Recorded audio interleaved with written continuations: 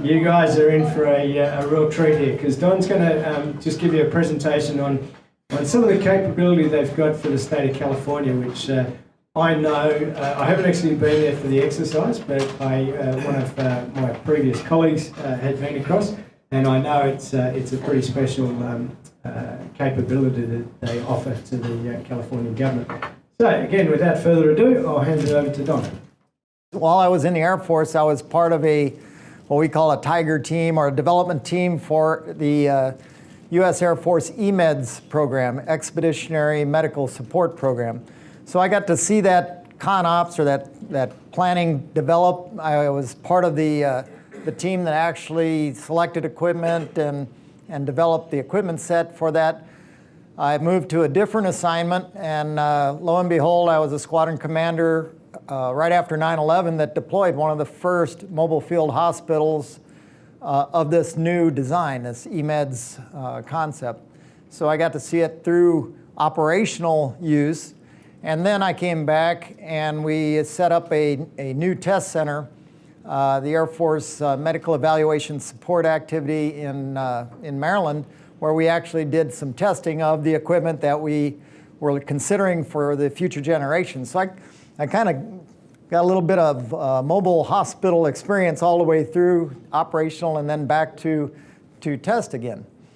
And when I left the Air Force, there was some other folks that left at about the same time. We brought the EMEDS concept to a commercial provider of the shelters. They were able to fund us to set up the new division called BlueMed. So the parent company, Alaska Structures, said, yeah, that sounds like a good idea. Let's provide this type of system to the civilian world for earthquakes, tornadoes, hurricanes, and such.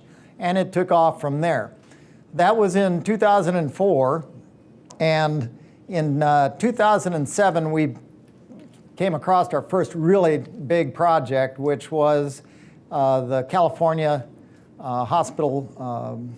Basically, they had a situation where they wanted to have a response capability for earthquakes. In 1994, there was the Northridge earthquake in Southern California. Caused about $20 billion worth of damage. I think there were about 53 fatalities, but about 5,000 injuries. And the big problem with that situation, that disaster, was there was 11 different hospitals that were compromised or destroyed during the 30 to 40 seconds of that earthquake. They came out with a law or policy that all emergency and acute care facilities, buildings, had to be protected for this type of seismic activity. And the goal was to have it achieved by 2005. Well, they weren't capable of getting that done within that time frame. So as it got close to 2005, they started thinking, well, what can we do? What can we do? And they came up with this idea that, well, we should have a response capability. They wanted 3 200-bed mobile field hospitals to be able to respond anywhere within the state for this kind of temporary medical support. So there's what it ended up looking like. They pre-positioned these strategically in 3 locations. It was kind of like top secret for a while, but they were in Southern California, in the Los Angeles area, one up in the San Jose, San Francisco area, which is north, and then one kind of in the center of the state in Sacramento, near the state capitol. So that they could reach, with at least one of these hospitals, they could reach anywhere within the state within just a few hours.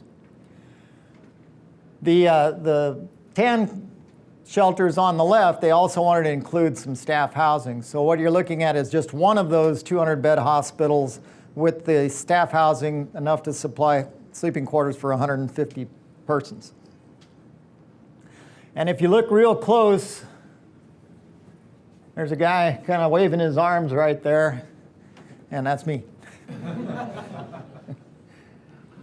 So these were their requirements as they went out, and this was a competitive bid. They went out and narrowed the field down to 3 different suppliers, and from there on we had to do a demonstration phase, and finally we got the award in I believe it was late 2007. It was supposed to be a turnkey hospital. In other words, you provide your own power, you're going to provide your own oxygen concentrators, all the supplies, consumable supplies for 7 days worth of operations, and also a pharmacy. The equipment that they were after, they wanted something that had been used operationally by the military, something that had been tested and proven operationally, and the testing had been done independently. In other words, not just the company's word that it had been tested, but that somebody had actually verified. These are the performance parameters for the shelters, the buildings themselves that they required, and they basically took the U.S. military standards and said, these are the basic things we want it to be able to do. Wind load, snow load. Even when there's not snow, the snow load measurement is a good indicator of structural integrity, reliability of a system. Of course, temperature, insulation requirements, temperature protection. The system had to include air conditioning as well as heating. And it had, as we talked earlier, it had to be able to be set up and taken down at least 20 cycles without damage or without needing repairs. So this is the system that we proposed, and this is the basic building block of the 200-bed facility. It's composed of 2 different types of shelters. Basically, the one you're looking at out there in the front is this shelter here with the side exits, and it'll attach to another shelter to create that basic building block. The partition that's between the 2 shelters can be removed, so you can have one very large room, about the size of this room actually, or you can have it split up, and you can put those interior partitions anywhere you want to create different sized rooms. So there was some versatility there.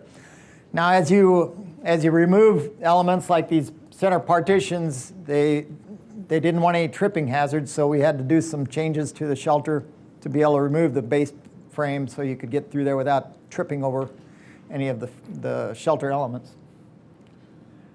And then you just start basically taking that system and adding, like fish bones, just adding one to another to another. These are the doorways for exits shown here. So you have, those aren't normal traffic flow exits, those are for emergency exits, the double zipper exits.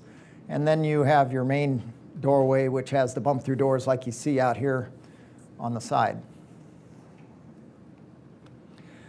I will just kind of go through and show you what some of the interior sections look like, and this also kind of explains what they required of the 200-bed hospital.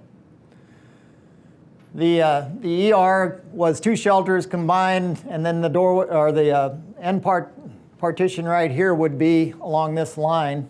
That's been removed, so you have a shelter that is about 30 meters long, a little over 30 meters long, and 6 meters wide. It included an operating theater with 1 table.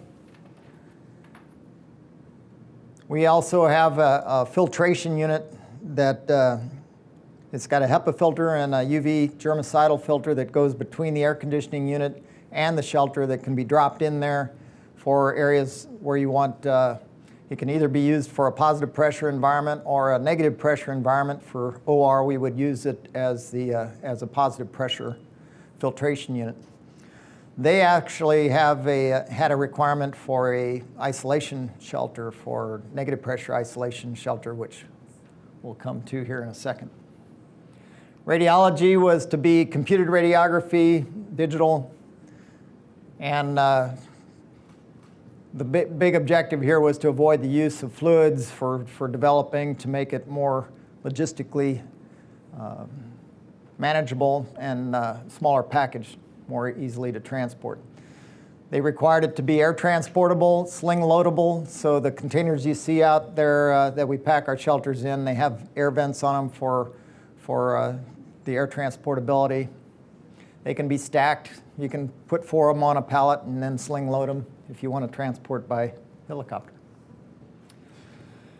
Intensive care, there were 20 intensive care beds divided into 2 wards.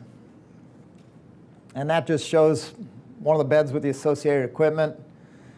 Usually when we refer to, we say how many intensive care beds. When I say intensive care bed, it's the bed and all of the equipment that's associated with it, not just a bed. Laboratory, we used a handheld device.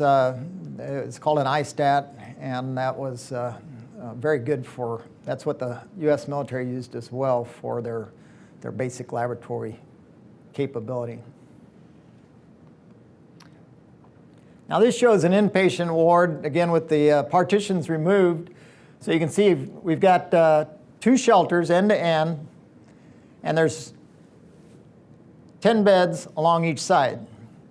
So basically, a standard subacute care ward would have 10 beds in a shelter, or in case of 2 shelters, you'd have 20 beds. So that's kind of our rule of thumb. Now, I mentioned earlier this morning that bed count's a terrible way to describe a capability of a facility, and we have a lot of our customers are from the Middle East, some in Africa, and our NGOs go all over the world. And they said, well, that's too much room for a bed. So they pretty much said, well, let's see what we can really do with this. And this was in the United Arab Emirates. They stacked up 10 beds along one wall. And they said, no, this shelter, we can make this a 20-bed ward. So that's just a different way of thinking. And then they had the emergency management command staff section as well. And this was during an exercise. So far, we've done 3 exercises with the state of California, and then they ran out of funds for the exercise program. But we were supposed to be able to set the facility up in 72 hours. That was from initiation to operational, the full operational capability. And the first time we did it in 60 hours, the travel distance was only about, I think it was about 100 miles. So there wasn't a lot of transit time. And we staged the delivery so that we could begin setting up some of the shelters while we're waiting for the rest of the equipment to arrive. So the things I talked about earlier today about how long it takes and how quickly can you set up a shelter, we were able to condense that time by doing things kind of in stages or in parallel, where we're setting up as well as delivering at the same time. The second time we did it in a little bit less time, but 60 hours is about what it took to set this up with 18 persons working around the clock. So in other words, you'd have 2 teams. You wouldn't work 18 people all around the clock. You'd just switch teams. So. But we did do 12-hour shifts. This is the negative pressure isolation pod. It's got a partition that creates an anteroom, and then behind the partition you have negative pressure. This was designed to meet the Center for Disease Control standards for airborne infectious agents like smallpox, bird flu. We actually had some of these deployed to, not by California, but by a non-government organization out of Germany that went to Liberia for the Ebola situation. Oxygen generation, 120 liters per minute was their requirement. We used a system that's manufactured by a company in Southern California called Pacific Consolidated Industries. These are very similar to the military system they make for the Air Force and Army. It's called an EDOX, Expeditionary Deployable Oxygen System. but it also has a compressor. So it not only produces 120 liters per minute, it allows you to compress that oxygen and store it so that your patient flow may, you may have peaks and valleys where you have a lot of patients coming in all at once and then a lot of downtime. So this allowed you to store oxygen when you really don't have a demand for it. When demand's very high, you pull out the cylinders and you have a very large supply. And that's just the rat's nest, the rat's maze of the facility. You can see some of the halls going horizontally across there. And when we first did this the first time, people were getting lost in there. They couldn't find their way out, believe it or not. Of course, you can always get out going out of one of the end panels, but it was a little confusing, so we had signs made, and so you could find your way out.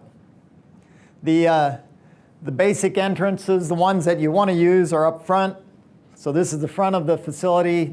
There was a separate ambulatory and non-ambulatory entrance for the trauma section. And then your wards you can see the wards with the multiple beds in them. The command section, there was a dining area and a command section up in this area.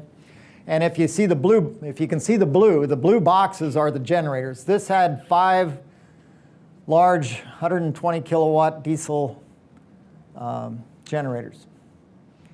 Then there were 2 more generators for the staff housing and the oxygen concentrators that were off to the side.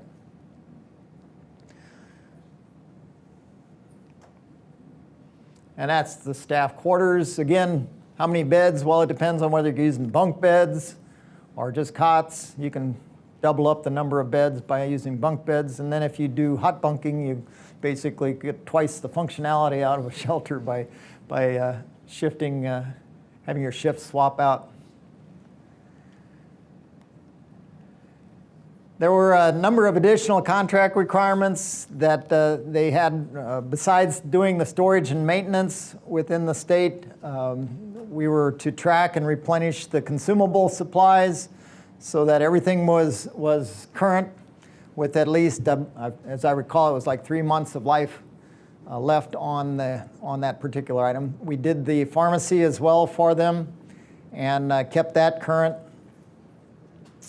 We had to do the biomedical equipment maintenance and calibration of equipment. I said we did 3 training exercises. We maintained this contract for 5 years, and then the funding, the state funding stopped. So we maintained the equipment for 1 more year out of our own pocket. After that, they didn't get the funding back for doing the training and for doing the maintenance side. So right now, everything there is it's still there and ready to deploy, except there are things that, of course, will be a little bit longer term, getting them right up and ready, batteries charged, that type of thing. Some of the equipment may not be operational until another biomedical equipment technician is able to get his hands on it. But they're still confident that it's going to be able to respond to a disaster. And that's pretty much the program. It was an $18 million project. So if you break that into thirds, that'd be $6 million apiece. But that's not, of course, when you look at all the extras, the training, the maintenance, and all of the service part of that, that's a large part of that cost. So it's not like the hospital costs $6 million worth of equipment. But the program, as I mentioned, ran for 5 years, and now it's called the Emergency Medical EMSA Services Authority. Support authority is the one that is managing this on their own. We get a call every once in a while about how to do something, and we're anticipating when the big one hits, the next Northridge event, that we'll get a call and we'll gladly respond and help out, as we've done with all of our customers. Usually it's to our own benefit as well to show up and and help during a disaster.